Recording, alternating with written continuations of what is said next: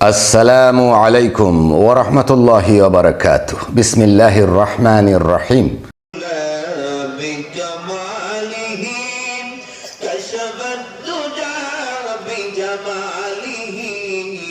حسنت جميع خصاله صلوا عليه وآله أشكر بلغ العلا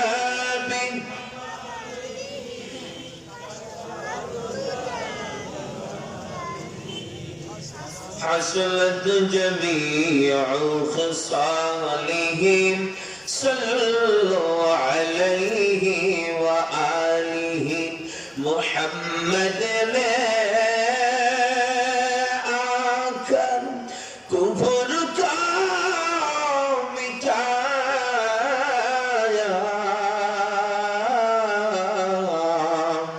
कुफर को मिटा कर सदाकत बताया बलगल उला बिकमालिह कशफत दुजा बिजमालिह हसनत जमीअ खिसालिह सल्लू अलैहि व आलिहि একটু মুহাব্বতের সাথে জিকির করেন লা ইলাহা ইল্লাল্লাহ জোরে লা ইলাহা ইল্লাল্লাহ পড়ো লা ইলাহা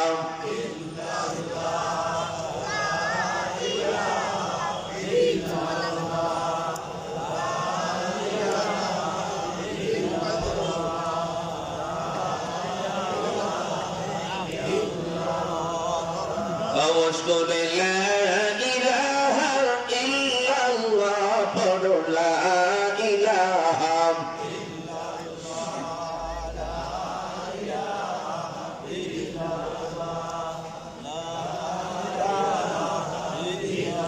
কণ্ঠে মধু মেখে কুহু কুহু ওই পাপিয়া গাইছি মধুর গান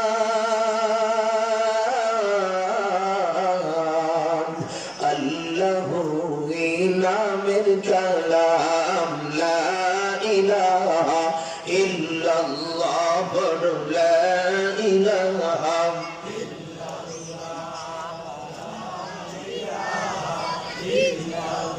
লা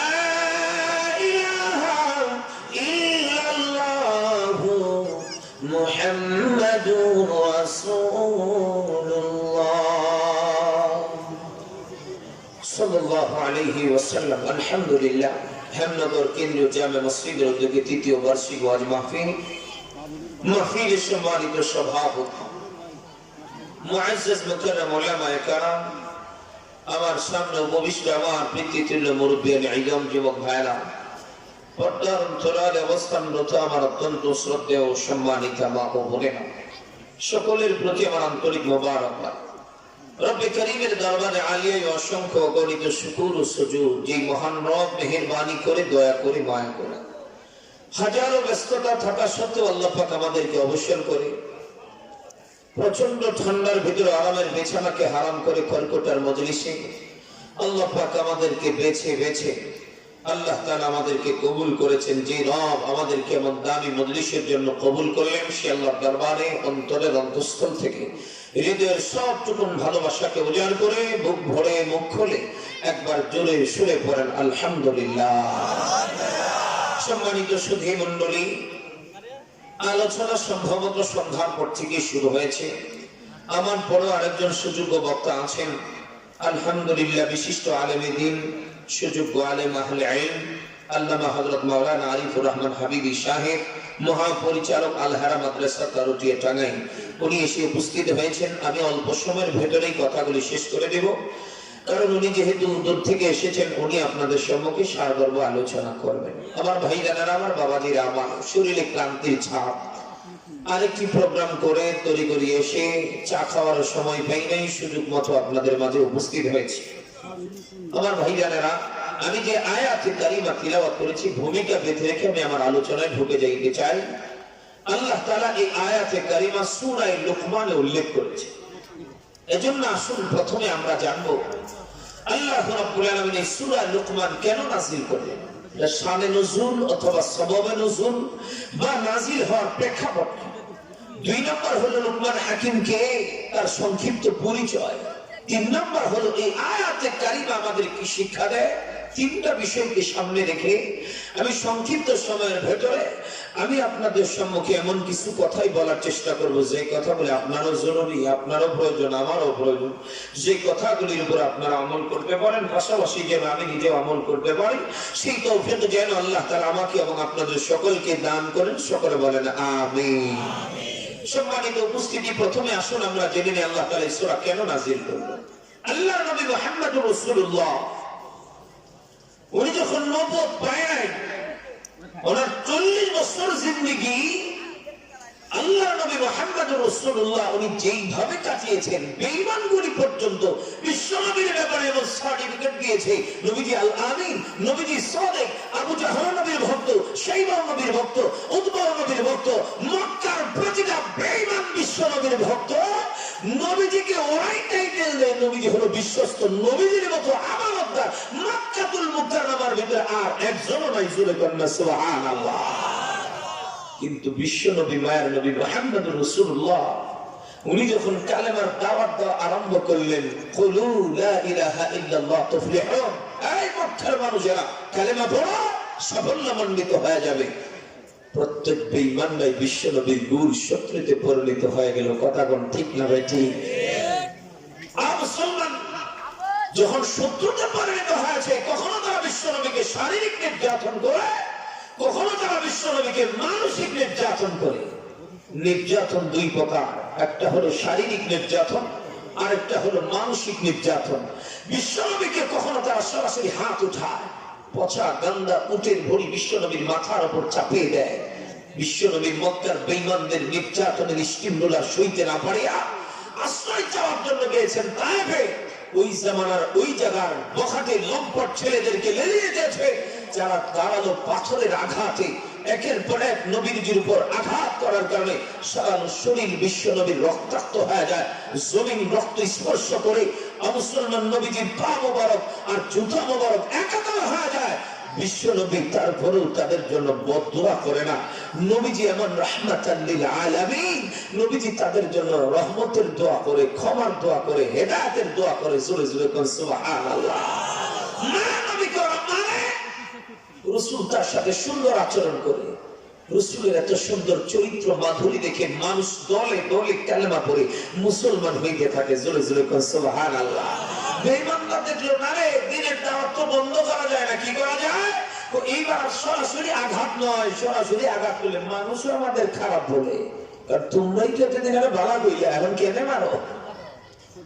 তো সরাসরি নির্যাতন করে না, মানসিক চাপে ফেলে, ষড়যন্ত্র করে। কি ষড়যন্ত্র? কখনো তারা বিশ্বনবীকে শায়ের বলে, নবীজি যা বলে এটা তার মন গড়া পড়ে, বানায় বানায় পড়ে। নবীজি তো কবি।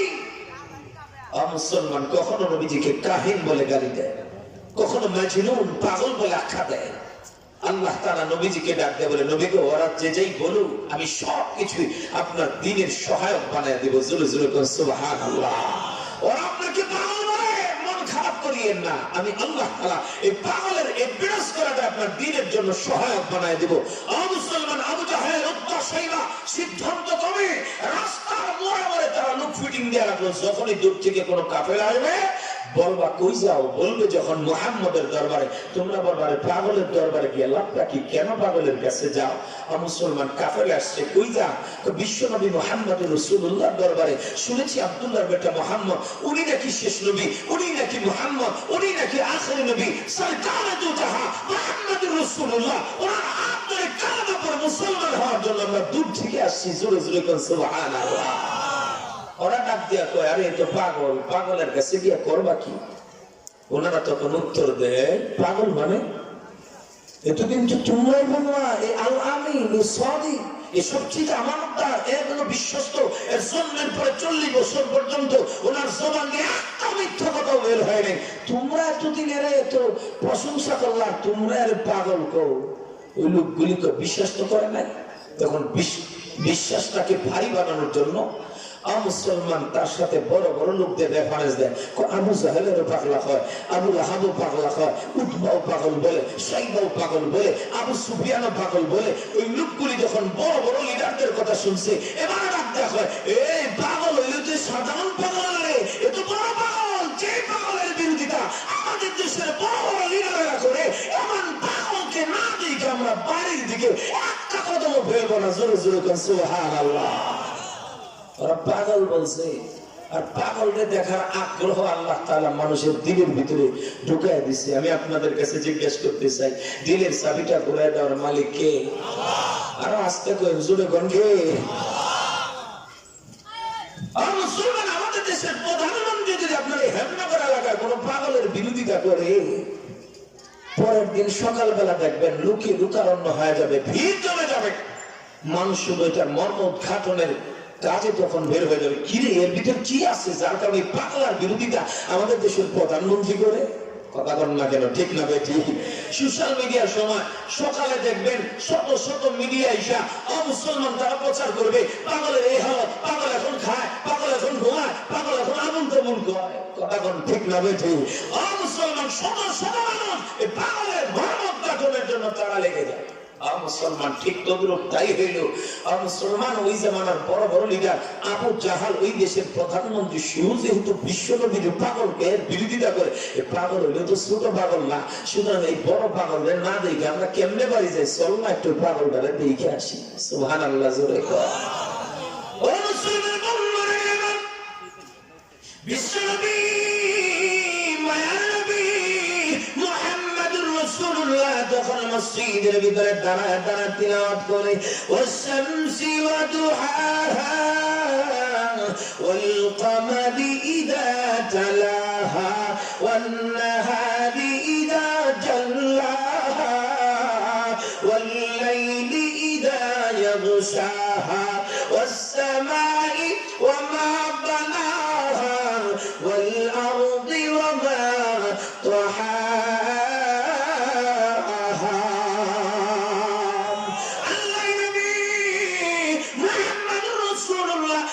সুন্দর তিলাওয়াত যখন করে, ওই কাফেরা লোকগুলি তারা যারা চিন্তা করে, এত সুন্দর তিলাওয়াত কোন পাগলের জবান দিয়ে বের হইতে পারে না।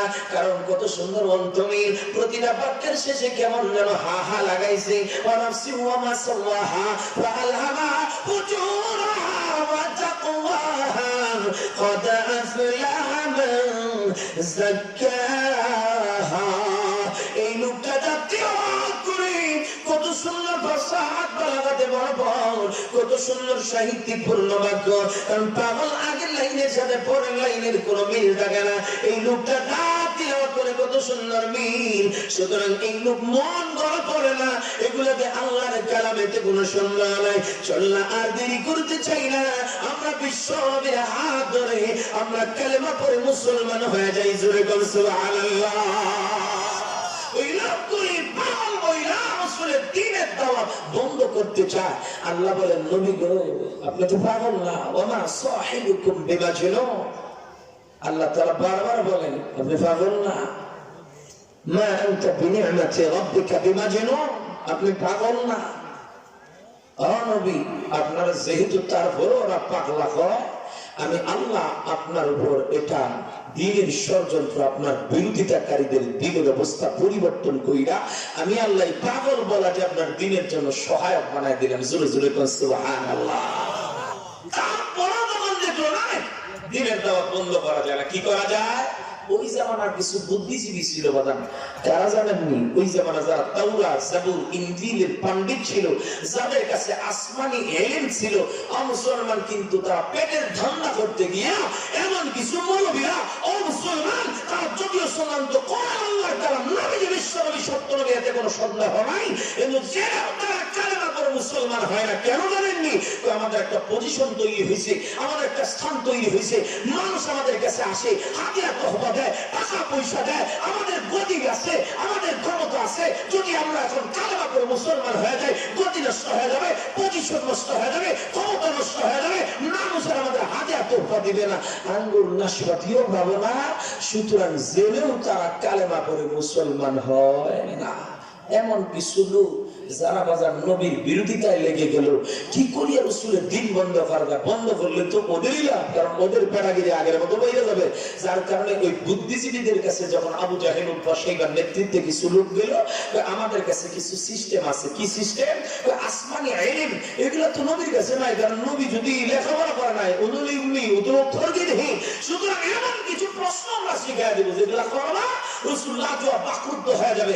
এমনিতেই দিনের দাওয়াত ওই জায়গায় শেষ। প্রশ্ন শিখাই দিল, প্রশ্ন করবা রসুলকে ঠেকানোর জন্য, জানার জন্য নয়। প্রশ্ন বাবা দুই প্রকার, এক প্রশ্ন হলো জানার জন্য কেউ করে, আরেক প্রশ্ন হলো আরেকজনকে ঠেকানোর জন্য করে। কথা কোন ঠিক না বেঠি? এক নম্বর প্রশ্ন ঈশা তারা করে, কি প্রশ্ন? আল্লাহ কালাম তার সাক্ষী দেয়। ইয়াসআলুনাকা আনির রূহ, ওগুলো বিজি আপনাকে ওরা প্রশ্ন করে রূহ কারে কয়, ওদের শিখে দাও প্রশ্ন। ওগুলো বিজি চিন্তার কোনো কারণ নাই, ওরা আপনাকে ঠেকাইতে চায়। আমি আল্লাহ তো আপনার সাথে আছে, কল মিন আমরি রাব্বি, ওগুলো বিজি আপনি বলে দিন এটা আমি আল্লাহ নির্দেশ মাত্র। জোরে জোরে কন্যা সুবহানাল্লাহ। প্রশ্নের উত্তর দিয়ে দিচ্ছে। দ্বিতীয় নম্বর প্রশ্ন শিখাই দেয় কি? আয়েশা বলেন, ইয়াসআলুনাকা আনিল মাঈদ, ওগুলো বিজি দুই নম্বর প্রশ্ন ওরা করে, মেয়েদের মাসিক হয়, ঋতুস্রাব হয়, মেন্স হয়, এই সম্পর্কে আপনার কি ধারণা? আজে বাজে প্রশ্ন রাসূলের দরবারে আসে। আল্লাহ নবীকে আল্লাহ জানায় দেন, নবী গো টেনশনের কারণ নাই, আমি তো আপনার সাথে আছি। কই ইয়া ওগুলো বিজি আপনি বলে দিন এটা সাময়িক কষ্টদায়ক বিষয়, তাছাড়া কিছু না। জোরে বলেন সুবহানাল্লাহ। কখনো তারা প্রশ্ন করে ওই যে আসহাবে কাহফের ঘটনা কি একটু বলুন। কখনো তারা প্রশ্ন করে গোটা পৃথিবীটা কোন লোক ভ্রমণ করেছে তার ঘটনা বলুন। কখনো তারা বলে সালুনাকা আনিল কালাম, কালাম সম্পর্কে প্রশ্ন করে। কখনো তারা প্রশ্ন করে ইউসুফ পয়গম্বরের পানি হলো কেনারে, উনি মিশরীকে কেমনে আধিপত্য অর্জন করে বাদশাহী পাইলেন। ঠিক তদ্রুপ বাবা, সময় আমার কম, বিস্তারিত বলার টাইম নেই। ওনারা প্রশ্ন করে ওগুলো বিজি। লুকমান নামের একটা লোকের নাম আমরা শুনছি, উনি নাকি তার ছেলেকে কি কি দামি দামি ওসিয়ত করেছিল, উপদেশ দিয়েছিল। যদি লুকমানের পরিচয় আর উপদেশ যদি আমাদের জানাইতেন, আমরা একটু উপকৃত হইতাম। আল্লাহ নবী মুহাম্মদ রাসূলুল্লাহ, ওনার কাছে তো এই ইলম নাই, কিন্তু আল্লাহর কাছে আছে। আল্লাহ অতীতের ইতিহাসটা আল্লাহ টান দিয়া কাট দিয়া কয়, নবী গো, কোন কবির কোন কাব্য থেকে কোন সাহিত্যিকের কোন কথা আমি আল্লাহর বলার নকল করে বলার প্রয়োজন নাই। কিন্তু লুকমান হাকিমকে আমি এতটাই পছন্দ করি, ওর জবানের ধ্বনিগুলি আমি আল্লাহর কাছে এতটাই প্রিয়। ও যেই ভাষা, যেই শব্দ দিয়া, যেই বাক্য দিয়া, যেই হাত দিয়া, যেই কালিমা দিয়া ওর সন্তানকে নসিহত করেছিল, আমি আল্লাহ হুবহু ওই কথাগুলি নকল কইরা আমি আল্লাহ আট বানায় দিলাম। আপনি ওই বেঈমানদের আট বানার জবাব দিয়ে দিন, আর আপনি তাদের সম্মুখে সেই নসিহতগুলি বর্ণনা করুন। জোরে জোরে কন্যা সুবহানাল্লাহ। আল্লাহ তাআলা ওই সমস্ত বেঈমানদের ডাক বানার জবাব দেওয়ার জন্য সূরা লুকমানটা বিশ্ব নবীর কাছে নাযিল করলেন। সুবহানাল্লাহ কইবেন না? ও মুসলমান বন্ধুরা, আমার রাসূল লুকমান হাকিম কেন কিতাবের ভিতরে বদল লিখে, লুকমান হাকিম উনি একটা কাঠুরিয়া ছিলেন, সারাদিন জঙ্গল থেকে কাঠ কাটতেন, বিকাল বেলা বিক্রি করে কোনো মতে সংসার চালাইতে। কোন রাতের ভিতরে পাওয়া যায় উনি বকরি রাখান। ও মুসলমান, সারাদিন বকরি চড়াইতেন। এই লুকমান হাকিমের এত দাম, এত মূল্য, আল্লাহ রাব্বুল আলামিন তার নামে একটি কালামে হাকিমের ভিতরে একটা সূরা নাযিল করলেন, তার নাম বারবার কোরআনে কারীমের ভিতরে উল্লেখ করলেন। ও মুসলমান, আপনাদের কাছে আমার জিজ্ঞাসা, যেই ব্যক্তির নামে আল্লাহ সূরা নাযিল করলেন, সেই ব্যক্তির নাম আল্লাহ তাআলা বারবার কোরআনে কারীমের ভিতরে উল্লেখ করলেন, তাহলে ওই আল্লাহর ওলির দাম আল্লাহর কাছে আছে না না? ও মুসলমান, অথচ আল্লাহ নবীর ৬ লক্ষ সাহাবী আবু বকরের নাম কোরআনে কারীমের ভিতরে নাই, অথচ আবু বকরের দাম কত জানেননি? আল্লাহ নবী বলেন আবু বকরের দাম এত মূল্য, আবু বকরের আমল যদি এক পাল্লায় রাখা হয় ৬ লক্ষ সাহাবী তাবে কিয়ামত পর্যন্ত যতগুলি মুমিন আমল করবে সবার আমল যদি আরেক পাল্লায় রাখা হয়, আল্লাহ তাআলা আবু বকরের পাল্লাটাই ভারী বানায় দিবে। জোরে কোন সুবহানাল্লাহ। যে সমস্ত সাহাবীদের ব্যাপারে আল্লাহ বললেন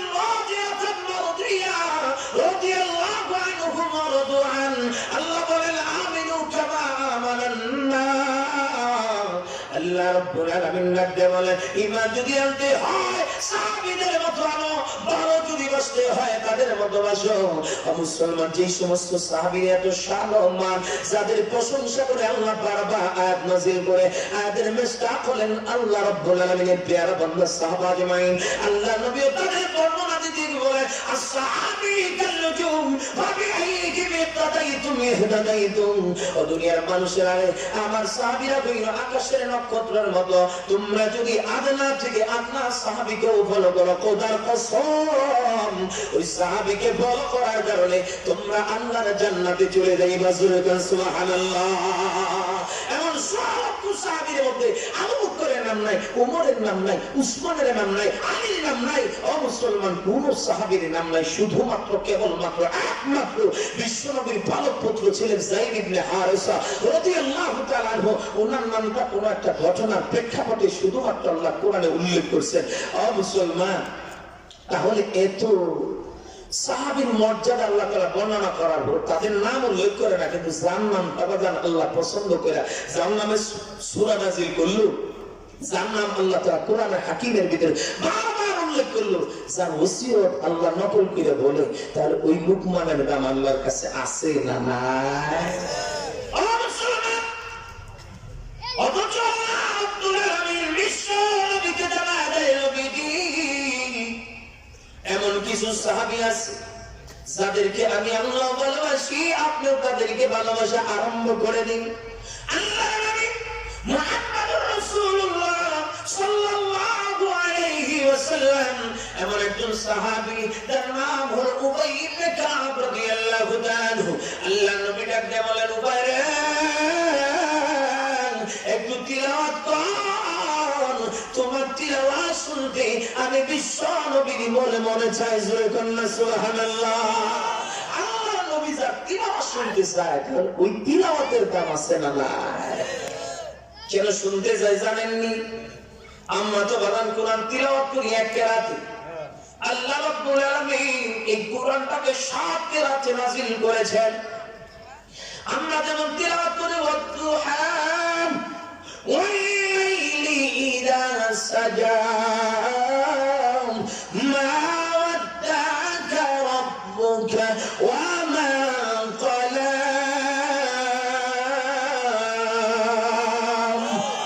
কিন্তু আল্লাহ নবীর কলিজার টুকরা সাহাবী উবাই ইবনে কাব দুহা পড়ে না, অন্যভাবে পড়ে ওয়াদুহি ওয়াল্লাইলি ইযা সাজি।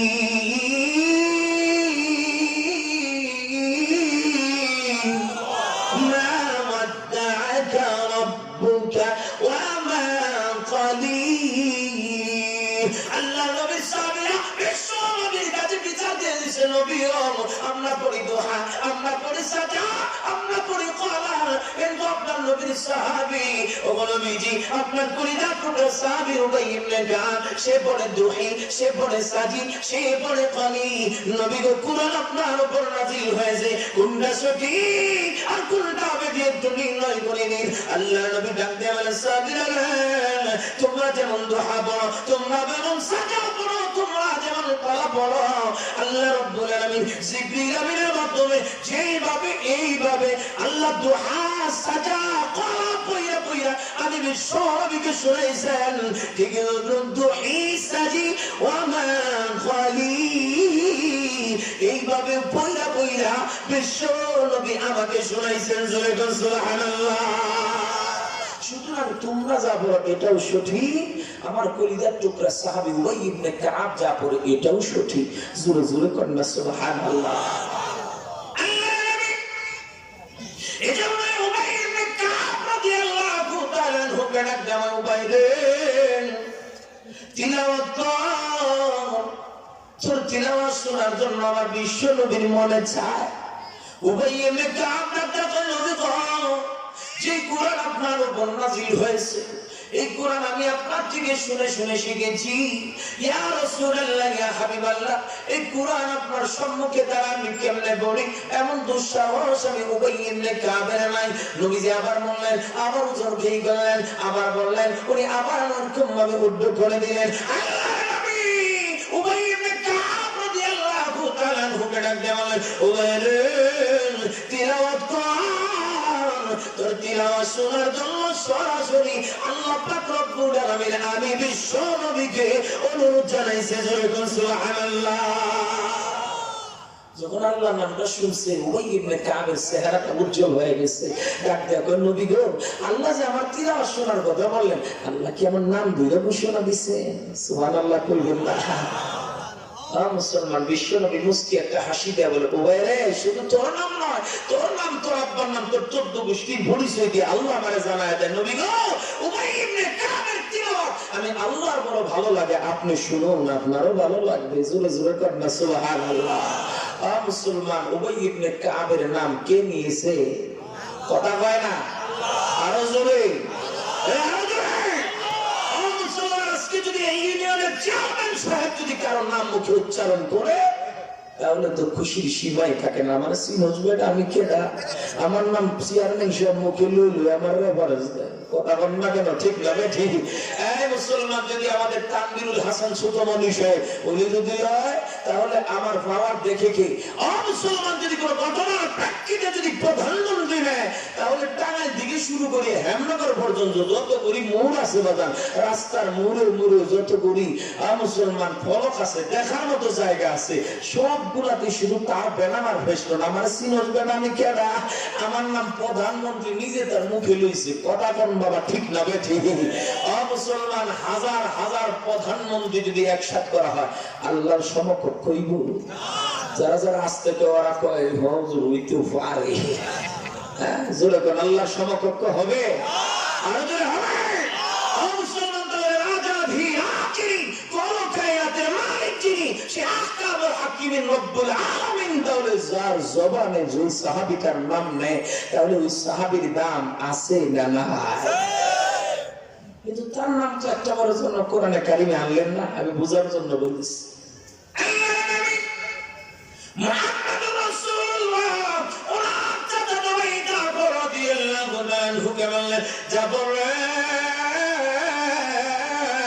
তোমার ভিতরে যে 4টি গুণ আছে, আল্লাহ রাব্বুল আলামিন তোমার 4 গুণের কথা আমি বিশ্ব নবীকে জানায় দিয়েছি। আল্লাহ নবীর চাচা ভাই জাফর রাদিয়াল্লাহু তাআলা ঢুকাতে বললেন, ও নবী, আল্লাহ যে আমার 4 গুণের কথা জানায় দিলেন, ও নবীজি, এই 4 গুণের কথা আল্লাহ আপনারে জানাইলেন, আমি তো কোনোদিনও বলি নাই, আল্লাহ কি আমার নাম দইরা দইরা ঘোষণা দিয়েছেন নি? আল্লাহ নবী বলেন, যা বললেন, শুধু তোর নাম নয়, তোর নাম, আমার চাচার নাম, আমার দাদার নাম, আমার বংশের পরিচয় দিয়া আল্লাহ ডাকতে বলেন, নবীজি, আপনার চাচা তো ভাই জাফরের ভিতরে যে 4টি গুণ আছে, এই গুণগুলি আমি বিশ্ব, আমি আল্লাহর পছন্দ, সুতরাং আপনি ওই গুণগুলি পছন্দ করা আরম্ভ করুন, জোরে জোরে করুন সুবহানাল্লাহ। মুসলমান কথা মানে যে জিনিসটা বোঝানোর জন্য আমি বললাম, তাহলে যেই মানুষটার নাম আল্লাহ পাক রব্বুল আলামিন এত সাহাবীদের দাওয়ার মর্যাদা আল্লাহ তুলে ধরার পর তাদের নাম আল্লাহ কোরআনে কারিমে জায়গা দেয় না। কিন্তু লুকমান হাকিম তার চেহারা ভালো ছিল না, চুলকুলি মোটা মোটা ছিল, পৃথিবীর 1 নম্বরের কালো ছিল, বাগান পাগলি ফাটাফাটা ছিল, কিন্তু তার এত মর্যাদা আল্লাহ দিল, আল্লাহ তার নামে একটা সূরা নাযিল করলো, অসংখ্য অগণিত বার বাদান তার নাম আল্লাহ কালামে হাকিমের ভিতরে উল্লেখ করলো। আওয়াজ দিয়ে কথা বলবেন বাবা, তাহলে সেই ব্যক্তির নামে আল্লাহ এত দামি সূরা নাযিল করেছে, ওই ব্যক্তিটার দাম আল্লাহর কাছে আছে না? এত দামি মানুষকে আল্লাহ ডাক দেয়া কয়, ও লোকমান, তোমার আমি নবুয়ত দিতে চাই, হিকমত দিতে চাই, তোমার ইচ্ছা বিকার দিলাম, তুমি কোনটা গ্রহণ করবা? যদি নবুয়ত তোমার নবী বানায় দিব, আর যদি তুমি হিকমত চাও তাহলে তোমাকে হাকিমই বানায় দিব। জোরে জোরে কোন সুবহানাল্লাহ। আল্লাহর নবী ঘোষণা দেয়, ও পৃথিবীর মানুষ, লোকমান হাকিম উনি যখন আল্লাহরে ডাক দেয়া করলো, আল্লাহ গো, নবুয়ত চাই না, কারণ নবুয়তের দায়িত্ব কঠিন দায়িত্ব, আল্লাহ এই দায়িত্ব পালন করার মতো যোগ্যতা আমার নাই, আয় আল্লাহ তুমি আমার হিকমত দিয়ে হাকিমই বানায় দাও। জোরে জোরে কোন সুবহানাল্লাহ। ও মুসলমান, ছোট্ট একটা উদাহরণ দিয়ে বুঝতে পারবেন নবুয়তের দায়িত্ব কঠিন দায়িত্ব। ও মুসলমান, আল্লাহর পয়গম্বর ঈসা আলাইহিস সালামকে আল্লাহ পাক রব্বুল আলামিন এমন একটা মুজিজা দিয়েছিল, যদি কোনো কবরস্থানের পাশে গিয়ে বন্ধ কুম্বি দিল্লাহ মুদ্রা করি মাথা বলতো, লাব্বাইকা ইয়া নবী আল্লাহ, জোরে জোরে কন্না সুবহানাল্লাহ। মুত্তাসিম মাদারবাড়ি যাতো, কিন্তু কেন ডাকছে না ভাই? সুবহানাল্লাহ কইবেন না। ওই জামানার মানুষগুলি ডাকতে বলল, হুজুর আপনি কি কিছুদিন আগে মারা গেছে, এদের কি কি বুঝি আপনি জাগাইতে পারেন? বহুদিন আগে মারা গেছে, এদের কি জাগাইতে পারবেন? এমন ক্ষমতা আমার নয় রে, এমন ক্ষমতা তো আমার আল্লাহ। আরে পৃথিবীতে যে মানুষটা সর্বপ্রথম মারা গেল, আল্লাহ ইচ্ছা করলে ওই মানুষটাকেও জাগাইতে পারে। কথা কোন ঠিক না বেঠি? আবু সালমান ঈসা আলাইহিস সালাম উনি একটা পুরনো গুরুস্থানের কাছে গিয়ে ডাকতে বলেন, কুম বিদিনিল্লাহ। সঙ্গে সঙ্গে একজন মুদ্রা মাথা মাটিগুলি ঝাড়তে ঝাড়তে তারা বলল, লাব্বাইক ইয়া নবী আল্লাহ। ওগো আল্লাহর পয়গম্বর, কি জন্য আমারে ডাকছেন? তাড়াতাড়ি খান। আবু সালমান উনি তখন জিজ্ঞাসা করে, মাসমুকা ওয়া মা ইসমু আবি, তোমার নাম কি, তোমার আব্বার নাম কি, তোমার পরিচয় আগে দাও। উনি তখন উত্তর দেয়, ইসমি সাম আলাইহিস সালাম, ইসমু আবি নূহ আলাইহিস সালাম। আমার নাম হলো আল্লাহর পয়গম্বর সাম, আর আমার আব্বা একজন জাবরাইল পয়গম্বর, তার নাম হলো নূহ। জোরে কর না সুবহানাল্লাহ। ও মুসলমান, ওনাদের মাঝে বহু গুনাহ হইল। যে জিনিসটা বোঝানোর জন্য আমি আপনাদের সম্মুখে বাদান আমি এই কথাটা বলতেছি। উনি তখন এক পর্যায়ে জিজ্ঞাসা করলেন, সামরে আমি টাকা দেখি তোমার চুল দাড়ির অর্ধেক পাকা আর অর্ধেক কাঁচা, ব্যাপার কি এটা? কারণ তোমার জামানায় তো চুল দাড়ি পাকার বিধান ছিল না। জানলে বড় অবাক হবেন, তাফসীরের কিতাবের ভিতরে লিখে, আগের জামানার মানুষ হাজার হাজার বছর হায়াত পাইতো, কিন্তু তারপর চুল দাড়ি পাকতো না। সুবহানাল্লাহ জোরে কহ। এই জামানার কিছু মানুষ আছে, তারা চিন্তা করে, আহার এই যুগ যদি আমগর হইতো, তাইলে তো আর সপ্তাহে সপ্তাহে সেলুনে গিয়া চুলের মধ্যে কালা রং মারো লাগে না। কথা কোন ঠিক না বেঠি? মুসলমান, তুমি চুলের শুভ্রতা চলে আসছে, তুমি বেজার হও। আরে চুলের শুভ্রতা দিয়ে আল্লাহ রাব্বুল আলামিন তোমার ইজ্জত বাড়ায় দিয়েছে। জোরে কর না সুবহানাল্লাহ। কারণ চুল পাকার বিধান সহ ইব্রাহিম আলাইহিস সালামের জামানা থেকে ওনার যখন কয়েকটি চুল ও দাড়ি পাইকে গেল, আল্লাহকে ডাক দেখো, আল্লাহ গো, না জানি কি অপরাধ করছি, তুমি আমার উপর রাগ করে আমার উপর গজব দিছো, এই জন্য কালো চুল সাদা হয়ে গেছে। আল্লাহ ডাক দেখো, না খলি না, তোমার প্রতি আমি খুশি হয়েছি, সন্তুষ্ট হয়েছি বিদায় তোমার নবতের আমি চুলের শুভ্রতা দিয়ে প্রকাশ করে দিলাম। জোরে জোরে কর না সুবহানাল্লাহ। মুসলমান, যার ভিতরে ঈমান আছে, ঈমানের শুভ্রতা, ঈমানের নূর আল্লাহ তাআলা চুলের শুভ্রতা দিয়ে প্রকাশ করে। এই বাবা, চুল সাদা হইলে, দাড়ি সাদা হইলে মন খারাপ করবেন? কথা জোরে কর, মন খারাপ করবেন? আরো চুলে সাদা থেকে কালো রং লাগাইবেন? ও মুসলমান, মন মারিয়ামান আল্লাহর পয়গম্বর ঈসা আলাইহিস সালাতু ওয়াস সালাম ডাকতে বলেন, সামরে তোমার চুল ও দাড়ির অর্ধেক বাঁকা কেন আর অর্ধেক কাঁচা কেন, আগে জানতে চাই। তোমার জামানায় তো চুল দাড়ি পাকার বিধান ছিল না। সাম আলাইহিস সালাতু ওয়াস সালাম ডাকতে বলেন, ও আল্লাহর পয়গম্বর ঈসা, আপনি যখন আমাকে বলছেন কুম বিদিনিল্লাহ, আল্লাহর হুকুমে দাঁড়াও, আমি তখন মনে করছি কিয়ামত বুঝি কায়েম হয়ে গেছে। ইসরাফিল বুঝি সিংহায় মুখ দিয়ে দিছেন, আমার বুঝি কিয়ামতের মাঠে দাঁড়াইয়া নবুয়ত সম্পর্কে জিজ্ঞাসা হওয়ার সময় এসে গেছে। ও আল্লাহর পয়গম্বর ঈসা, ওই দিন কঠিন হাসরের মাঠে দাঁড়াইয়া আমি আমার নবুয়ত সম্পর্কে যদি জিজ্ঞাসা দেওয়া লাগে, কি জবাব দিব? ওই জিনিসটার কথা চিন্তা করে আমি উঠতে উঠতে আমার চুল ও দাড়ি অর্ধেক পেকে গেছে। জোরে কোন সুবহানাল্লাহ। মুসলমান, একজন পয়গম্বরের যদি হাসরের মাঠে শুধু জবাব দিই তারা মই চুল ও দাড়ির অর্ধেক ফাইকা যায়, তার নবুয়তের দায়িত্ব যে কঠিন দায়িত্ব, এটা কোনো সন্দেহ আছে? কথা শুনে কয় না সন্দেহ আছে? আল্লাহ নবী নিজে বলে, সেই পাত্রী সূরা হুদ এবং অনুরূপ কিছু আয়াত ও সূরা, যে সমস্ত সূরা এবং আয়াতের ভিতরে কিয়ামতের বিভীষিকার কথা আলোচনা আছে, এই জিনিসগুলোর কথা আমি রাসূলও যখন ভাবি আমি এত দুর্বল হয়ে যায়, আর এই জিনিসগুলোর কথা ভাবতে ভাবতে আমি রাসূলও বুড়া হয়ে গেছি। জোরে জোরে কর না সুবহানাল্লাহ। আল্লাহ নবী যদি কয় কিয়ামতের কথা ভাইবা, ওই দিন কি জবাব দেব, ওই কথার কথা ভাইবা। রাসূলও যদি বুড়া হয়ে যায়, সাহাবা যদি বুড়া হয়ে যায়, নবীদের যদি পেরেশানি থাকে, ও মুসলমান, তাহলে নবুয়তের দায়িত্ব যে কঠিন দায়িত্ব, এতে কোনো সন্দেহ আছে বাবা? এজন্য আল্লাহ ওই লুকমান হাকিম আল্লাহকে ডাকতে বললেন, মালিক, নবুয়ত চাই না, তুমি আমার হিকমত দিয়ে হাকিমি বানায় দাও। আল্লাহ ডাকতে বললেন, লুকমান, তোরে আমি হিকমত দিয়ে হাকিমি বানায় দিলাম, তোর চেহারা যদিও সুবহানাল্লাহ তুই হলি কালো, কিন্তু আমি আল্লাহ পাক রব্বুল আলামিন তোর মর্যাদা পৃথিবীর সবার উপরে বানায় দিলাম। জোরে বল সুবহানাল্লাহ। মুহাম্মাদুর রাসূলুল্লাহ উনি মসজিদে নববীতে বসে আছে। হঠাৎ করে একজন কালো সাহাবী রাসূলের দরবারে বসে বসে কান্দি। আল্লাহ নবী জিজ্ঞাসা করে, সাহাবী রে, কোন জিনিস তোমারে কাঁদা, কেন তুমি কাঁদো? সাহাবী ডাকনিয়া কই, নবীজি আমি যে এত কালো, আল্লাহ রাব্বুল আলামিন আমার মতো কালো সাহাবীকে কোনদিন জান্নাত দিবনি। আল্লাহ নবী তার মনতুষ্টির জন্য কাঁদতে বললেন, সাহাবী রে, আরে তুমি কত কালো রে? আল্লাহ রাব্বুল আলামিন পৃথিবীর তিনজন কালো রে আল্লাহ হাজার লক্ষ কোটি মিলিয়ন ট্রিলিয়ন এরকম ধরার মধ্যে তাদের শ্রেষ্ঠত্ব দান করেছে। এদের এক নাম্বার হইল লুকমান হাকিম। জোরে জোরে কন্যা সুবহানাল্লাহ। যে লুকমান হাকিম পৃথিবীর সেরা এক নাম্বারের কালো, কিন্তু আল্লাহর কাছে সবার চাইতে বড় ভালো। সুবহানাল্লাহ, জোরে কর। দুই নম্বর কালো লোকটার নাম হলো আমার মসজিদে নববীর মুয়াজ্জিন বিলাল। যে বিলালের মর্যাদা, বিলাল মসজিদে নববীতে আযান দেয়, বেঈমানগুলি তার কুৎসা রটনা করে, আর মানুষগুলি তার কাছে গিয়ে এরকম ভাবে কুৎসা রটনা শোনায়। নবমুসলিম সাহাবী যারা ছিল তাদেরকে পক্ষ বানায়া বেঈমানগুলি ডাক দেয়া বলে, এই তোমাদের ধর্মের নবী মুহাম্মদ, এর বুঝি এতটুকু যোগ্যতাও নাই, এত বড় নির্বোধ তোমার নবী, এত বড় বোকা তোমার নবী, চেহারা কত সুন্দর, তোমার নবী দেখতে কত বড় ভালো, কিন্তু তোমাদের নবী এমন একটা লোককে মুয়াজ্জিন বানাইলো, সে হলো গোলামের ঘরের গোলাম, তার বাবু ছিল গোলাম, সেও হলো গোলাম, না আছে তার বংশমর্যাদা। ওই হাফসার মানুষ, নিগ্র মানুষ বিলাল, আর তার তো কালা কাওয়ার মতো লাগে। জোরে জোরে কন্যা নাউজুবিল্লাহ। কালো কাকের সাথে তুলনা দেয়।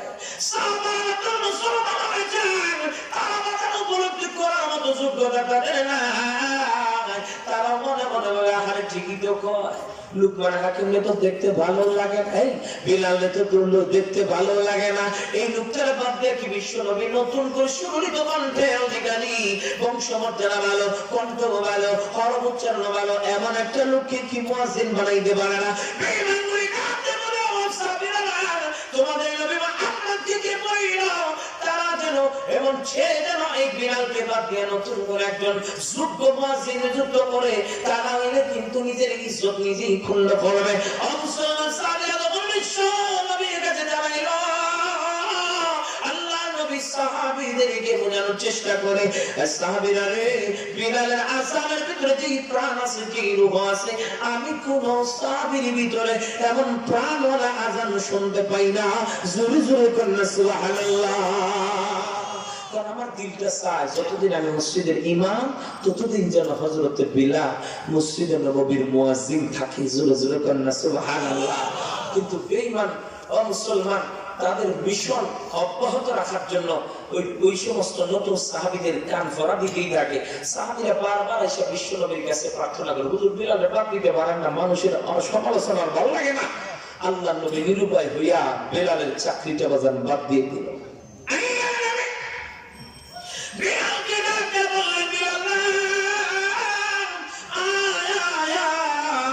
বিলাল যখন কাছে চলে আসলো, বিলালের ডাকতে বললেন, বিলাল আজকের পর থেকে তুমি আর মসজিদে নববীতে আযান দিবি না।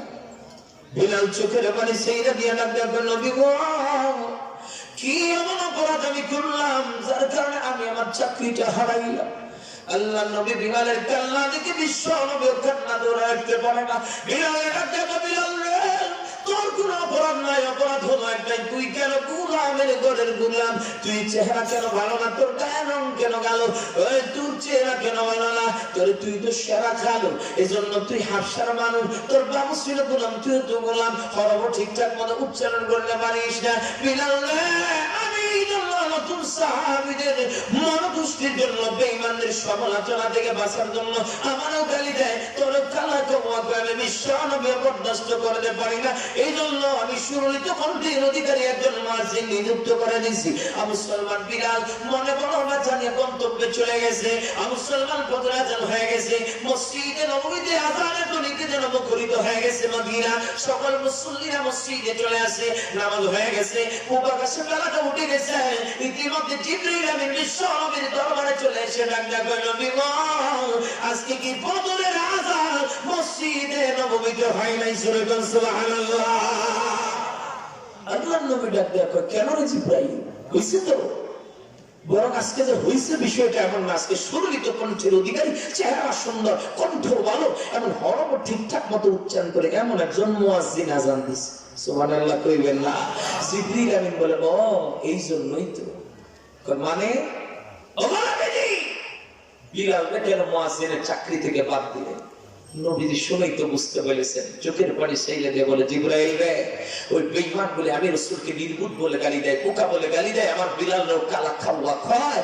এজন্য আমি বাধ্য হয়ে ওই সমস্ত বেঈমানদের সমালোচনা থেকে বাঁচার জন্য আর মুসলিমদের মহামুসলিমদের জন্য আমি বিলালের চাকরি বাদ দিয়া সুরিত কণ্ঠের অধিকারী একজন মুয়াজ্জিন বানায় দিছি, নিযুক্ত করে দিছি। জিবরাইল আমিন ডাকতে বলে, বিলাল যখন আযান দেয়, ওর আযানের ধ্বনি শুধু মসজিদে নববীতে সীমাবদ্ধ থাকে না, বিলালের আযানের ধ্বনি সরাসরি আরশে আযীম পর্যন্ত পৌঁছে যায়। জয় বল সুবহানাল্লাহ। ও নবীজি বিলাল যখন আযান দেয়, বিলালের আযানের ধ্বনি আসমানগুলি ভেদ করিয়া আমার বাইতুল মামুর পর্যন্ত যখন পৌঁছে, প্রতিদিন ফেরেশতারা পর্যন্ত বিলালের আযানের ধ্বনি শুনে ফেরেশতারা পর্যন্ত আমল আরম্ভ করে। জোরে জোরে করেন না সুবহানাল্লাহ। ও নবীজি আজকে যেহেতু বিলাল আযান দেয় না, এজন্য বাইতুল মামুর ফেরেশতাদের আমল শুরু হয় নাই। ইয়া রাসূলুল্লাহ, ইয়া হাবিবাল্লাহ, আল্লাহ আমাকে পাঠাইছেন, বিলালকে চাকরি থেকে বাদ দেওয়ার অধিকার আপনারও নাই, কারণ আল্লাহ বলেছেন যতদিন আপনি ইমাম ততদিন পর্যন্ত মসজিদে নববীর মুয়াজ্জিন হযরত বিলাল। জোরে জোরে করেন সুবহানাল্লাহ।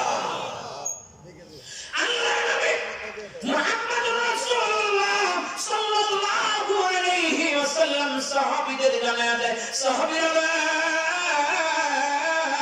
প্রতিটা জান্নাতি নবীদের জন্য, এই নবীদের জন্য জান্নাতের ভিতরে কিছু হাওয়ারিয়ার সঙ্গী আর সাথী থাকবে। আমার ডান পাশে থাকবে আবু বকর, বাম পাশে থাকবে ওমর। আমি সবুজ একটা উটের উপর সওয়ার হইয়া আগে আগে পা পা করে যখন জান্নাতের গেটে যাব, আল্লাহ আমাকে জিজ্ঞাসা করলেন, নবীজি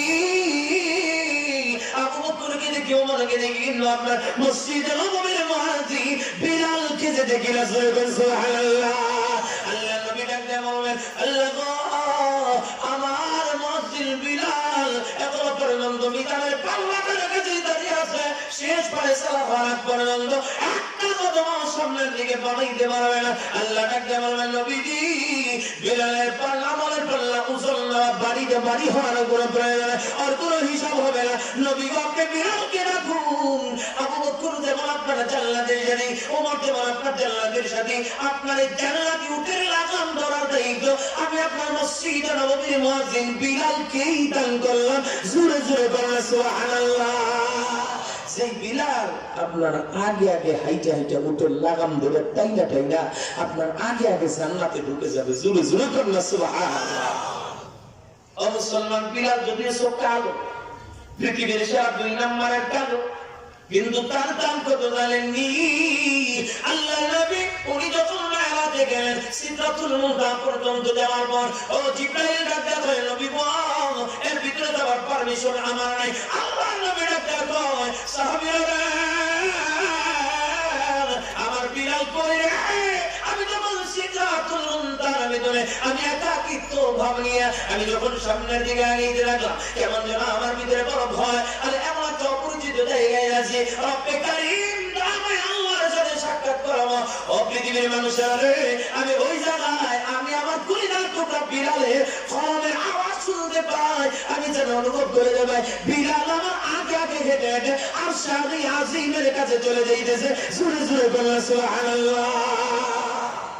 ও মুসলমান, নবীজি আল্লাহর এত কাছে চলে যায়, হাদিসের মধ্যে আছে ফাকানা কাবা কাউসাইনি আও আদমা, একটা ধনুক তার রশি থেকে যতটুকু দূরে থাকে আল্লাহর এত কাছাকাছি চলে গেলেন। ও মুসলমান, যে বিলাল যদিও চোখ কালো, তার খরমের আওয়াজ বিশ্বনবী ততদূর পর্যন্ত শুনলেন, তাহলে যে বিলাল যদিও চোখ কালো, চেহারা ভালো না, টুট মোটা, হাসি গুলাম, ও মুসলমান তার কণ্ঠ ভালো না, খরব ঠিকঠাক মতো উচ্চারণ করতে পারে না, কারণ বেঈমান উমাইয়া ও মুসলমান তার মুখের মধ্যে আল্লাহর নাম উচ্চারণ করার কারণে জ্বলন্ত আঙ্গা ঠেলে দেয়, যার কারণে আমার জিহ্বা পড়ে যায়, আল্লাহর নাম ঠিক মতো উচ্চারণ করতে পারে না। ও মুসলমান আশহাদু আল্লাহ বলতে পারে, আশহাদু আল্লাহ হয়ে যায়। ও মুসলমান, সেই বিলালের দাম আর এত মর্যাদা, বিলালের মৃত্যুর ঘন্টা যখন বেশি উঠলো, আজরাইল ইসলাম জমিনে আসবে, আল্লাহ ডাকে দেখো আজরাইল কই যাও?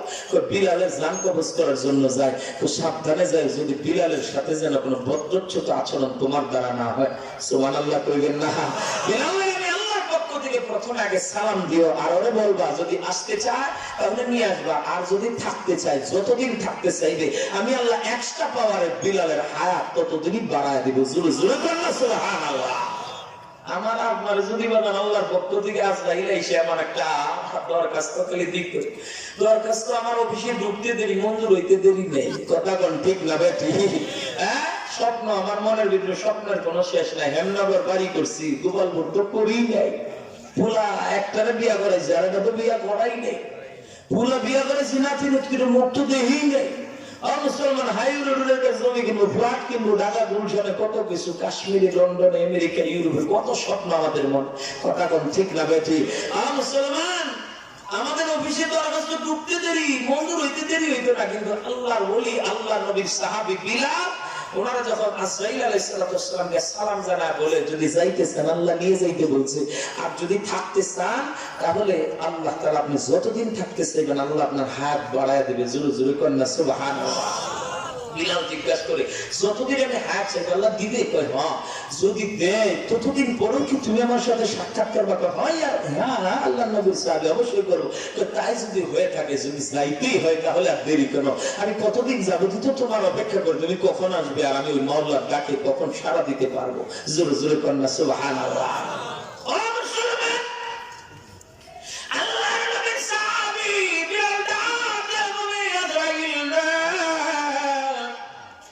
ওই বেঈমান উমাইয়া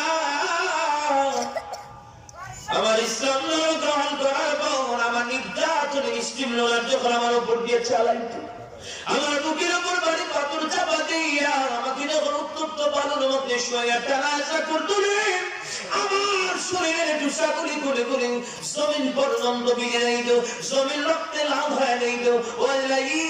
আমি মনে করতাম আজকে রীতি বুঝি আমার জীবনের শহীদ আজরাইল।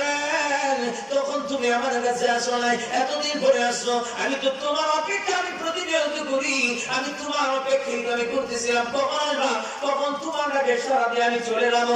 আজরাইল আমি রেডি আছি, কিন্তু আল্লাহ যে আমার হাত বৃদ্ধির কথা বলছে, আমার তীরে তখন তামান্না ছিল নির্যাতনের মধ্য দিয়ে যদি আমি মৃত্যুটা আমার হয়ে যাইত, কিন্তু হয় না। তাহলে আমার মর্যাদা শহীদের মর্যাদা দিয়ে দিত আল্লাহ, কিন্তু ওই সময় যেহেতু মরণ হয় নাই, এজন্য আল্লাহর কাছে আমার দরখাস্ত, আল্লাহ যেন আমাকে 2 রাকাত নামাজের সময় দেয়। প্রথম রাকাত আমি শেষ করাবো, প্রথম সিজদা শেষ করাবো, দ্বিতীয় সিজদায় যখন আমি যাবো না, দ্বিতীয় সিজদা থেকে ততক্ষণ পর্যন্ত আমি মাথাটা উঠাবো না যতক্ষণ পর্যন্ত তুমি আমার ডানা কবজ করবা। জোরে বল সুবহানাল্লাহ। আল্লাহ ডাক দিয়া কয়, ও আজরাইল, তখন তো তোর মাধ্যমে গল্প চলতেছিল, এখন আর মাধ্যমে না, বিনা মাধ্যমে আমি বিলালের দরখাস্ত মঞ্জুর করে নিলাম। জোরে জোরে কন্যা সুবহানাল্লাহ। বিলালের এই তামান্না কেন? কারণ উনি শহীদের মর্যাদা চায়। আর মুসলমান বিলালের বুকের উপর ভারী পাথর চাপা দিয়ে যখন নির্যাতন করে বিলাল তখনও পর্যন্ত আল্লাহর একাত্মতার ঘোষণা দিয়ে ডাক দেখো আল্লাহ আহাদ, আল্লাহ আল্লাহর কোন শরীক নাই, লা শারীকা লাহ। ও মুসলমান, যত আল্লাহ নাম উচ্চারণ করে তত বেঈমান উমাইয়া রাগা গুসা বাড়ে, নির্যাতনের পাওয়ার তত বাড়ে। আবু বকর আপনি কই দিলেন না তোরে তো কষ্ট দেয় নির্যাতন আমরা পর্যন্ত বরদাস্ত করতে পারি না। বিলাল বিলাল মুখে কি তুই আল্লাহর নামটা বন্ধ করতে পারিস না? ও বিলাল, তুই যে আল্লাহু আহাদ আহাদ বলে এরকম উচ্চারণ করি, যার কারণে তাদের রাগের গুসা বেড়ে যায়, যার কারণে তোর নির্যাতন তারা বানায় নেয়। তুই যদি এটা উচ্চারণ না করিস তাহলে তো তোর এরকম ভাবে নির্যাতনের স্টিমরোলার একটু কমবে। বিলাল তুই কথা দে আগামী দিন থেকে এমন আর উচ্চারণ করবি না। বিলাল ডাক দেখো কথা দিলাম, পরের দিনে তখন আরম্ভ হয়ে যায় আল্লাহু আহাদ আল্লাহু আহাদ বলে ধ্বনি উচ্চারণ করে। পরের দিন আবু বকর জিজ্ঞাসা করে, বিলাল কি ব্যাপার, তুই না কথা দিয়েছিলি ওই আল্লাহর নামটা উচ্চারণ করবি না? বিলাল লাগ দেখো ওই বেঈমান করে যখন আমার নির্যাতন করে না, আমার এত মধুর লাগে, আমার এত ভালো লাগে। আমি যখন আল্লাহর নামটা উচ্চারণ করি কোন দিকটা আমার নির্যাতনের বৃষ্টির নুরানের সাগরে আমি বাইরে, আমি বিলাল তাটের বাইনা জোরে কোন সুবহানাল্লাহ। মুসলমান যে মানুষটা সবসময় আল্লাহর ইবাদত, আল্লাহর একাত্মতার সাক্ষী নেয়, আল্লাহ ডাকতে বলে বিলালের দরখাস্ত মঞ্জুর। ও মুসলমান, যে বিলালের এত দাম, যে বিলালের আযানের ধ্বনি বাজান আরশ আজিম পর্যন্ত পৌঁছে, বিলালের আযানের ধ্বনি শুনে ফেরেশতা পর্যন্ত আমল শুরু করে, যে বিলাল বিশ্ব নবীর জান্নাতের সাথী, যে বিলালের খরমান আওয়াজ আরশ আজিমে পাওয়া যায়, নবীজি মেরাজের সময় পায়, যে বিলালকে আল্লাহ রাব্বুল আলামিন মৃত্যুর সময় ইচ্ছাধিকার দান করে, নামাজের হালতে যে বিলালের মুসলমান জানটা কবজ করে। আমি আপনাদের কাছে জিজ্ঞেস করতে চাই, বিলাল যদিও সকালো কিন্তু তার দাম আল্লাহর কাছে আছে না?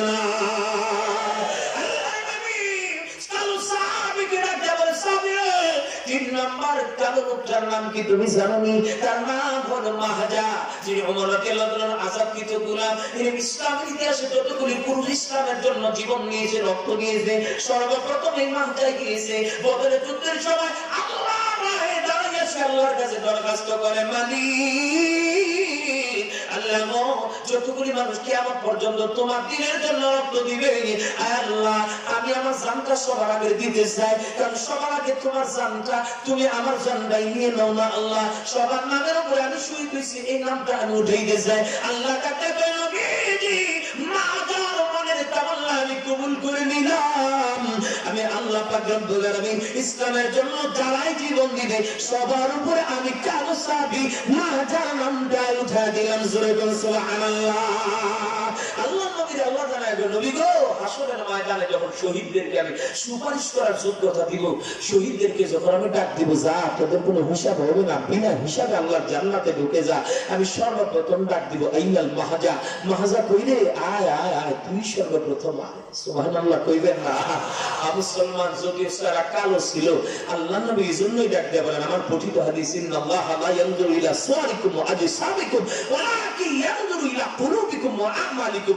ও পৃথিবীর মানুষেরা, আল্লাহ কিন্তু তোমাদের চেহারা দেখে না, আল্লাহ তোমাদের দেহ দেখে না, আল্লাহ তাআলা দেখে তোমাদের আত্মা আর দেখে তোমাদের আমল। যদি আত্মা পরিশুদ্ধ হয়, আমল যদি ভালো হয়, চেহারা যদি সুন্দর না হয়, শরীর যদি সুন্দর না হয়, জীর্ণ শীর্ণ হয়, আল্লাহর কাছে এই লোকটার দাম বড় বেড়ে যায়। কথা কোন ঠিক না ঠিক? এজন্য মুসলমান চেহারা দিয়ে কোনো বলি আল্লাহ মাপতে যাইও না, এমন কোনো ভাবে জরিপ কইরো না যে আমার পিসাবের যে সুন্দর চেহারা, নামাজ না পড়লে কি হবে যে আল্লাহর ওলি, কোনো সন্দেহ নাই। আছে না নাই? এমন কিছু লোক আছে না নাই? কথা কয় না, আছে না নাই? নামাজ না পড়লে বলে আল্লাহর ওলি, নামাজ না পড়লে আল্লাহর ওলি হইতে পারে?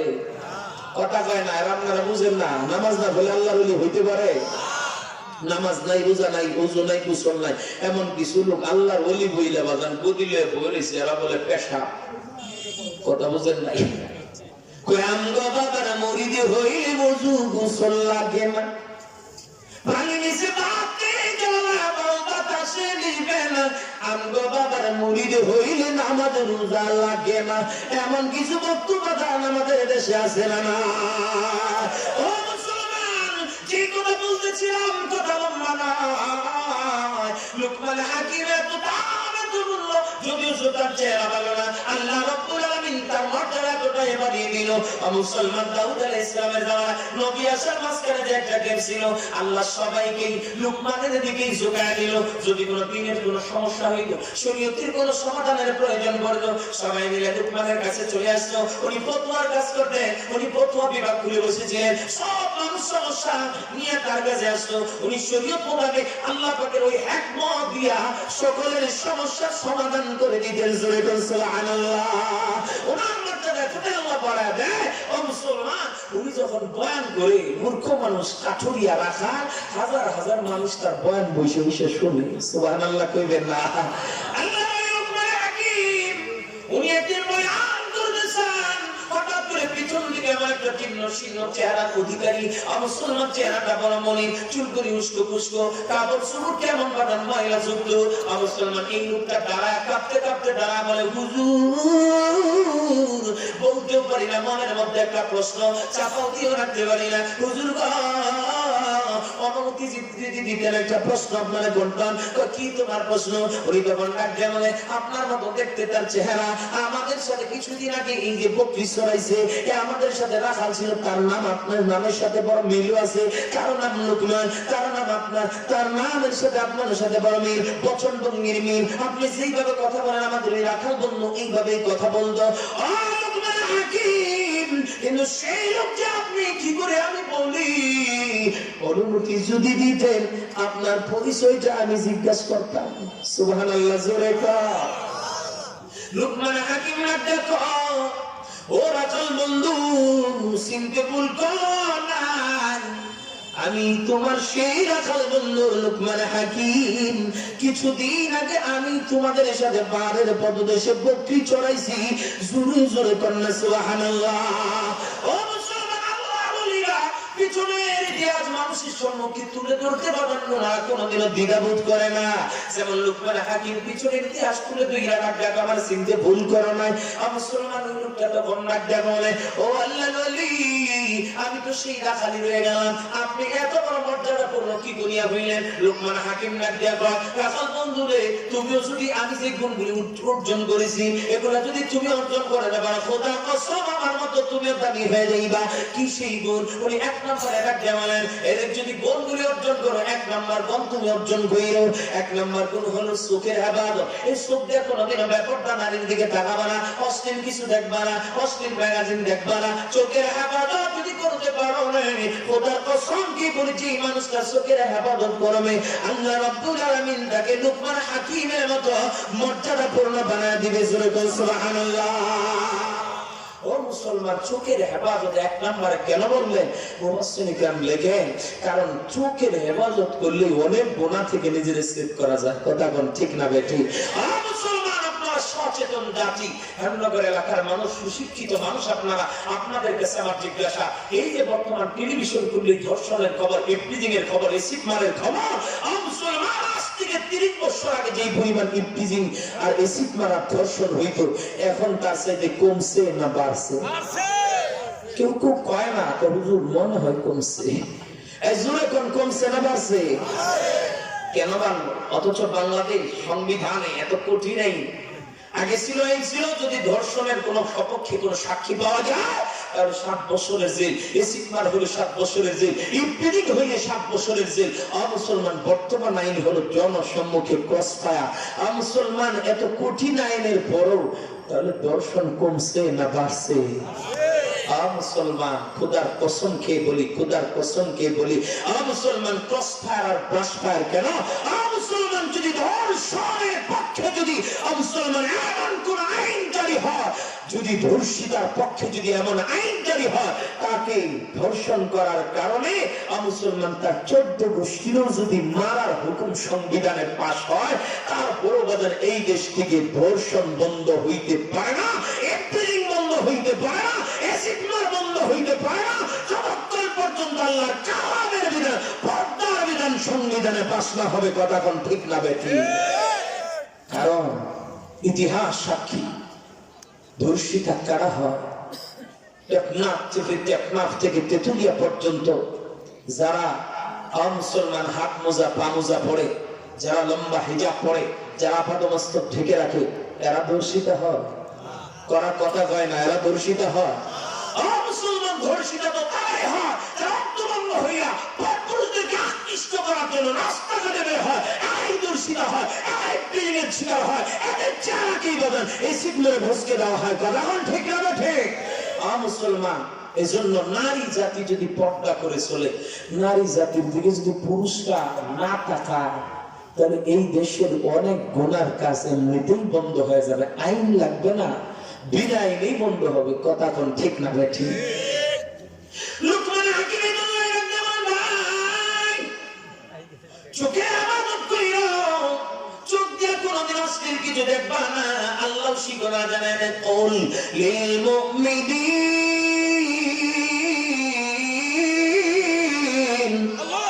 ইয়াগুদ্দু মিন আবসারিহিম নবী গো আপনি মুমিন পুরুষদেরকে জানেন তারা যেন তাদের চোখের হেফাজত করে, চক্ষুকে অবনত করে। কুল্লিল মুমিনাত ইয়াগযুদনা মিন আবসারিহিম, মুমিনাদেরকে বলে দিন তারা যেন রাস্তাঘাটে বের হয়ে তাদের দৃষ্টিকে অবনত করে।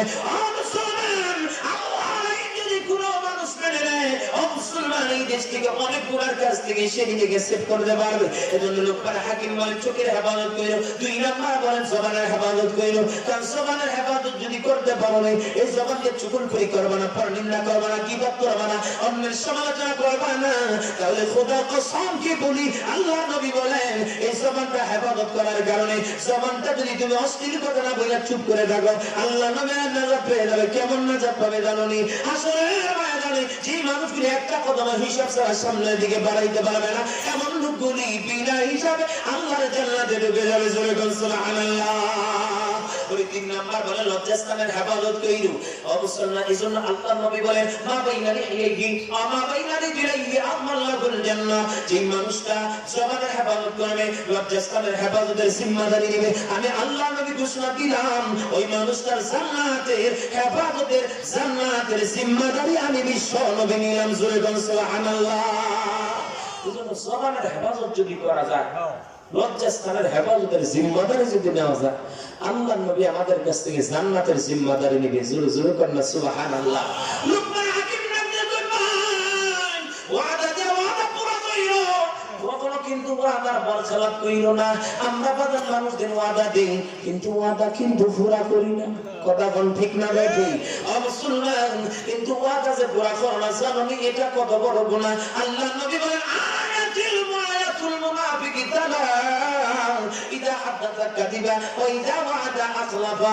মুনাফিক দেখতে চাও তাহলে দেখবা যে কথায় কথায় মিথ্যা কথা বলে। 2 নাম্বার তার গুণের কোন খুঁজবা, সেই মানুষদেরকে ওয়াদা দেয়া ওয়াদা করে ঠিক রাখে না, ওয়াদা ভঙ্গ করে। আমি রাসূল ঘোষণা দিলাম তার ভিতরে মুনাফিকি ঢুকে গেছে।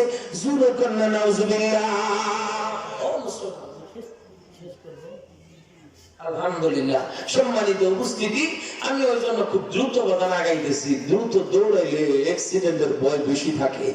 কথা কোন ঠিক না বেঠি? এই জন্য অনেক কথা হয়তো ছুটে যাইতেছে বা অনেক কথা আমি আপনাদেরকে বুঝাইতে পারতেছি না বাজার। কারণ হইল সময় 20 মিনিট কথার কথা, দৌড়াইতে হবে 1 ঘন্টা রাস্তা। তখন কিন্তু ওই এই ঢুকাই দিয়ে এই যাই যারা মোটর সাইকেল চালান বিশেষ করে দেখবেন অ্যাক্সিডেন্ট জমিনে হওয়ার আগে কিন্তু ভিতরে আগে হয়। কথা কোন ঠিক না বেঠি?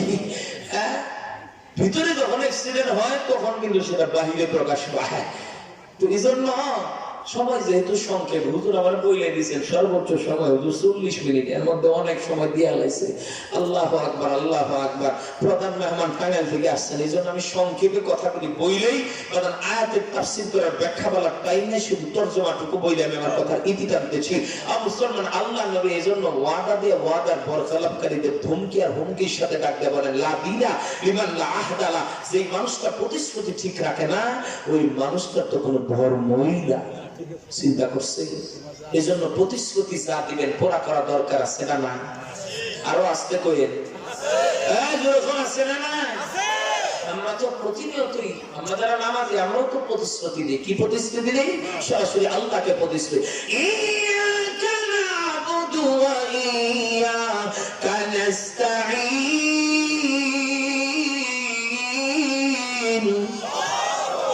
আল্লাহ তোমারই ইবাদত করি, আবার তোমারই কাছে সাহায্য চাই।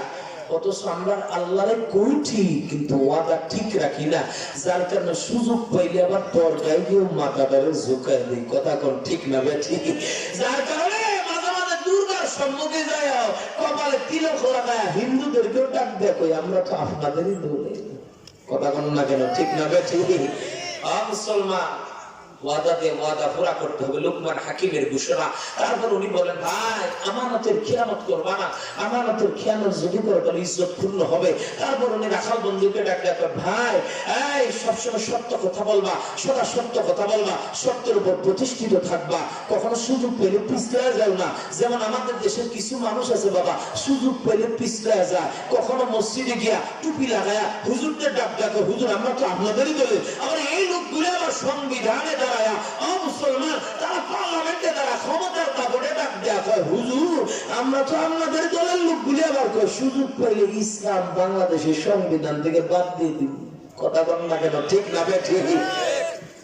মুসলমান এরা আবার বিসমিল্লাহ সংবিধান থেকে উঠায় দিব। মুসলমান আল্লাহ ছাড় দেয়, ছেড়ে দেয় না। কথা বল না কেন? এই আওয়াজ দিয়ে জোরে কোন কথা বলেন, ঠিক না ঠিক? মুসলমান আল্লাহ বড় শক্ত বড়, আল্লাহ ধরলে কিন্তু ছাড়ে না। কথা বল, ঠিক না ঠিক?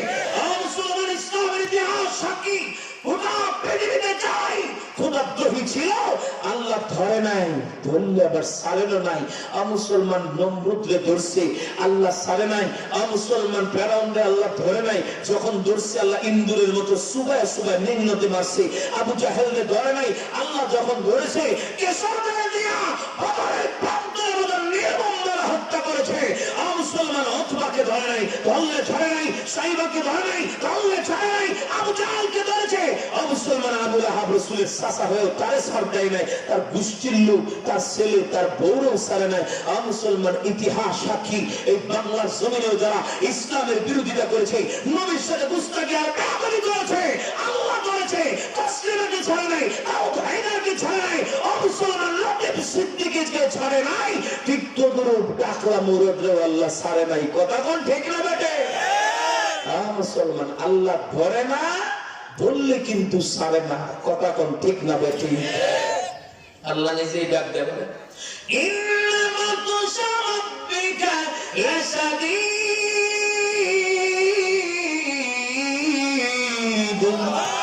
আল্লাহ ডাক দেয়, আমি আল্লাহ ধরি না, ধরলে কিন্তু আমি আল্লাহ ছাড়ি না, কারণ আমি আল্লাহর ধরা বড় শক্ত ধরা। আমি আল্লাহ যদি ধরি রে, এই হাত থেকে ছাড়ানোর মতো কোন ক্ষমতা পৃথিবীর কারো নাই। কথা এখন ঠিক না বেটে? এই যে লোকটা বলেছিল ইসলামকে বিসমিল্লাহকে সংবিধান থেকে বাতিল করে দিব, আল্লাহ ডাক্তার বলেন তোরে আমি তওবা করার সুযোগ দিয়েছিলাম, তুই যেহেতু তওবা করে ফিরে আসিস নাই, আমি আল্লাহ তোরে এমন ভাবে ধরছি বিসমিল্লাহ আর ইসলাম বাতিল করে দিবি সংবিধান থেকে। আমি আল্লাহ তোরে লাঠি দিয়া সংবিধান থেকে তোকেই বাতিল করে দিলাম। কথা কোন ঠিক না বেটে?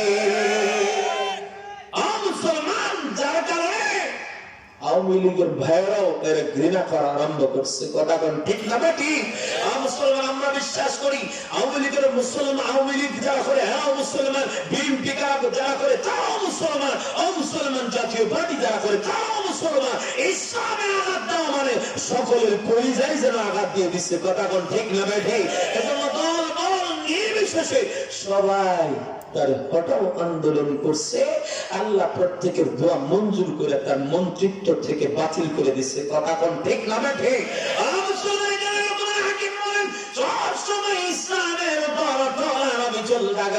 কখনো সময় পাইলে পিছলায় যাও না মুসলমান। তারপর উনি বলেন আত্মীয়তার সম্পর্ক অটুট রাখবা। বোন এসে ওয়ারিস চাইছে, আর ওয়ারিস দিয়া হুমকি দিয়া ডাক দিয়া বললা জীবন যদি তোরে আর এই বাড়িতে দেখি তাহলে হাড্ডি গুটি ভেঙে ফেলাম। কথা বল না কেন, ঠিক না বেঠি? মুসলমান ওয়ারিস চাইছে বিদায় আত্মীয়তার সম্পর্ক নষ্ট করিব না, আত্মীয়তার সম্পর্ক অটুট রাখবা। লোকমান হাকিম ডাক দিয়া বলবা মেহমানের কদর জানি কইরা, মেহমান আসলে কিন্তু বেজার হয় না। আমরা এই জামানা মেহমান আসলে খুশি হই না বেজার হই? কথা কয় না, কথা কয় না, খুশি হই না বেজার হয়? অথচ আল্লাহর পয়গম্বর ইব্রাহিম খলিলুল্লাহ 10 দিন হয়ে যায় মেহমান না, মুখে কোনো দানা পানি উঠায় না, খায় না। আল্লাহ রাব্বুল আলামিন কওমে লূতকে ধ্বংস করার জন্য এমন একটা 10 জনের ফেরেশতার একটা কাফেলাতে যখন জমিনে পাঠাইছে, মুসলমান আল্লাহ ফেরেশতাদের ডাক দিয়ে বলে ফেরেশতারা জমিনে যখন যাইবা আমার ইব্রাহিমের বাড়ি হয়ে যাও, আর আমার ইব্রাহিমের বাড়িতে যখন তোমরা মানুষ বেশে যাইবা, আমার বন্ধু ইব্রাহিম তোমাদেরকে মেহমান মনে করিয়া সেও খাবে, তোমাদের জন্য খাওয়ানোর আয়োজন করবে। উনি যখন খাবে তারপর পরিচয় দিও। সুবহানাল্লাহ। মুসলমান বনু সালিমের ঘটনা এমন পাওয়া যায়, ওনারা একজন মেহমানের জন্য একটা উট জবাই করে দিত। সুবহানাল্লাহ জোরে কও। আর আমরা একটা মেহমানের জন্য ছোট্ট একটা মুরগির বাচ্চা জবাই করতে রাজি না। কথা কোন ঠিক? একটা মেহমান একটা উটের কি পরিমাণে খাইতে পারবে? হয়তো 1 কেজি, 1.5 কেজি বা আধা কেজি। কিন্তু একটা উট মনকে ওজনের উট একজন মেহমানের জন্য জবাই করবে। কিতাবের মধ্যে পাওয়া যায় বনু সালিমের লোকগুলি মরু প্রান্তরে গিয়ে মশাল জ্বালায় দাঁড়ায় থাকতো। কেন জানেননি? ওই রাস্তা দিয়ে মরুভূমির কোন মুসাফির, কোন পথিক, কোন বন্ধু যাবে, আমার এই বাতি দেখে মনে করবে এখানে বসতি আছে, আর আমার কাছে আসবে, আমি তার বাড়ি নিয়ে মেহমান বানায় আদর করে যত্ন করে খাওয়াবো আর দস্তরখান বরকতপূর্ণ করবো। জোরে জোরে কর সুবহানাল্লাহ। লোকমান হাকিম এই জন্যই ডাক দেখো ভাই মেহমান মুসলমান উনি তখন ডাক দেয়া বলেন ভাই মেহমানের কদরদানি কইল। মুসলমান শেষ বেলা উনি বলেন প্রতিবেশীর খোঁজ খবর নিও, শুধু নিজে খালি সপ্তাহে 3 দিন গোশত খাইবা, অথচ পাশের বাড়ির লোকটা বছরে একদিনে ভুলটি মারতে পারবে না, আর তুমি প্রতিদিন গরুর গোশত খাইবা। এই জন্য কিন্তু হকুল জার, প্রতিবেশীর হক না আদায় করার কারণে আল্লাহর আদালতে ধরা খাইতে হবে। এই জন্য প্রতিবেশীর খোঁজখবর নিও, প্রতিবেশীর হক আদায় করিও। ও মুসলমান, আমি আপনাদের কাছে জিজ্ঞেস করতে চাই, এই যে লোকমান হাকিম যে সহজ সহজ কিছু ভুলের কথা বললেন, চোখের হেফাজত, জবানের হেফাজত, লজ্জাস্থানের হেফাজত, ওয়াদাতে ওয়াদা পুরা করা, আমানতের খেয়ানত না করা, শোনা সত্য, সব সময় সত্য কথা বলা, ইসলামের উপর প্রতিষ্ঠিত থাকা, অবিচল থাকা। ও মুসলমান, আমার বলেন আত্মীয়তার সম্পর্ক অটুট রাখা, আর মেহমানের কদরদানি করা, প্রতিবেশীর খোঁজখবর নেওয়া। যদি আমরা মানি তাহলে এই গুণগুলি সহজ না কঠিন? কয় না কে কথা জোরে কম। মুসলমান, এই জন্য আল্লাহ তাআলা আমাদের সকলকে গুণগুলি মেনে লুকমান হাকিমের মতো দামি হওয়ার তৌফিক দান করুন। সকল বলেন আমিন। আমার ভাইরা, আমি যে আয়াতে কারিমা আপনাদের সম্মুখে তিলাওয়াত করছিলাম বাদাম ব্যাখ্যা বলার টাইমে শুধু তরজমা। আল্লাহ তাআলা ডাক দিয়ে বলেন লুকমান হাকিমের জবানের ধ্বনি, وَإِذْ قَالَ لُقْمَانُ لِابْنِهِ وَهُوَ يَعِظُهُ يَا بُنَيَّ لَا تُشْرِكْ بِاللَّهِ إِنَّ الشِّرْكَ لَظُلْمٌ عَظِيمٌ।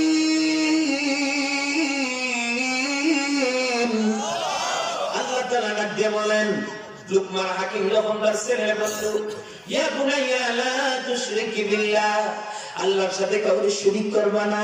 ও মুসলমান, আল্লাহ তাআলার সাথে কাউকে অংশীদার করবা না, কারণ শিরিক এটা বড় মস্ত বড় অপরাধ, মহা অপরাধ। সব গুনাহ আল্লাহ মাফ করবে, শিরিকের গুনাহ কিন্তু আল্লাহ মাফ করবে না।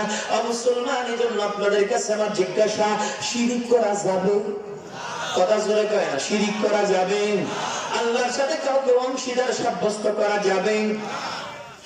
মুসলমান যদি শিরক না করো, আল্লাহ রাব্বুল আলামিন এই আয়াতের তাফসীর সূরা কাফের শেষের আয়াত দিয়ে করেন, ফামান কানা ইয়ারজু লিকা রাব্বিহি ফালইআমাল আমালান সালিহান ওয়া লা ইউশরিক বিইবাদাতি রাব্বিহি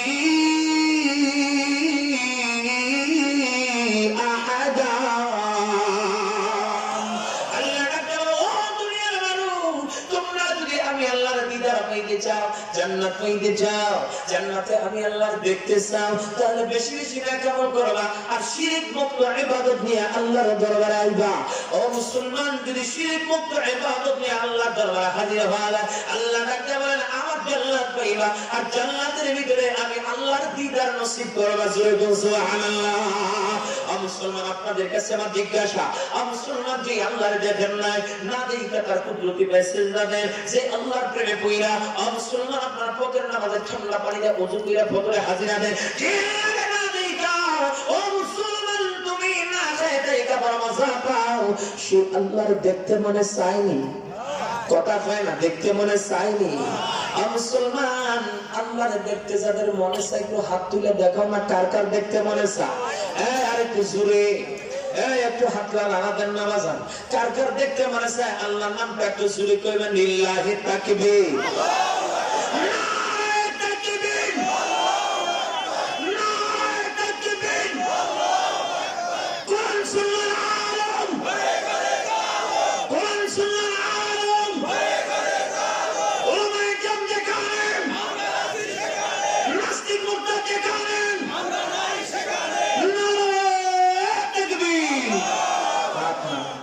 বাজান, তাহলে আল্লাহরে দেখতে চাইলে আল্লাহ কিন্তু স্পষ্ট ভাবে বলল বেশি বেশি নেক আমল লাগবে। আমার আগের বক্তা বাজান আপনাদের কাছে নেক আমলের সুযোগ আপনাদের করে দেওয়ার জন্য লম্বা টাইম পর্যন্ত হয়তো কালেকশন করছে, বাজান কর্তৃপক্ষ শেষ মুহূর্তে আমার কাছে একটু আর্জি জানাইছে, হুজুর আপনারা যদি একটু মসজিদের জন্য একটু চাইতেন। আমি আপনাদের কাছে বাজান অল্প সময়, কারণ প্রধান মেহমান আল্লাহ বিশিষ্ট আলেমে দিন উনি অপেক্ষা করতেছেন, রাত অনেক হয়ে গেছে, এজন্য এমন কিছু আল্লাহর ওলিদের দেখতে চাই। মুসলমান যারা বেশি বেশি নেক আমল কইরা আল্লাহর জান্নাতে যাবেন, আল্লাহরে দেখবেন। মুসলমান অনেকের মা নাই, অনেকের বাবা নাই, এই মা বাবা অন্ধকার কবরে শহীদ, সেই মা বাবাকে খুশি করার জন্য মা বাবার রূহের মাগফিরাতে, মা বাবার রূহের মাগফিরাতে এমন চারজন মানুষ আমি চাই। আল্লাহর নবীর চারজন সাহাবী ছিল যারা দুনিয়াতে জান্নাতের সার্টিফিকেট প্রাপ্ত সাহাবী, আল্লাহর নবীর কলিজার টুকরা সাহাবী যারা খলিফার অধীনে অধিষ্ঠিত ছিলেন, আবু বকর, ওমর, উসমান, আলী।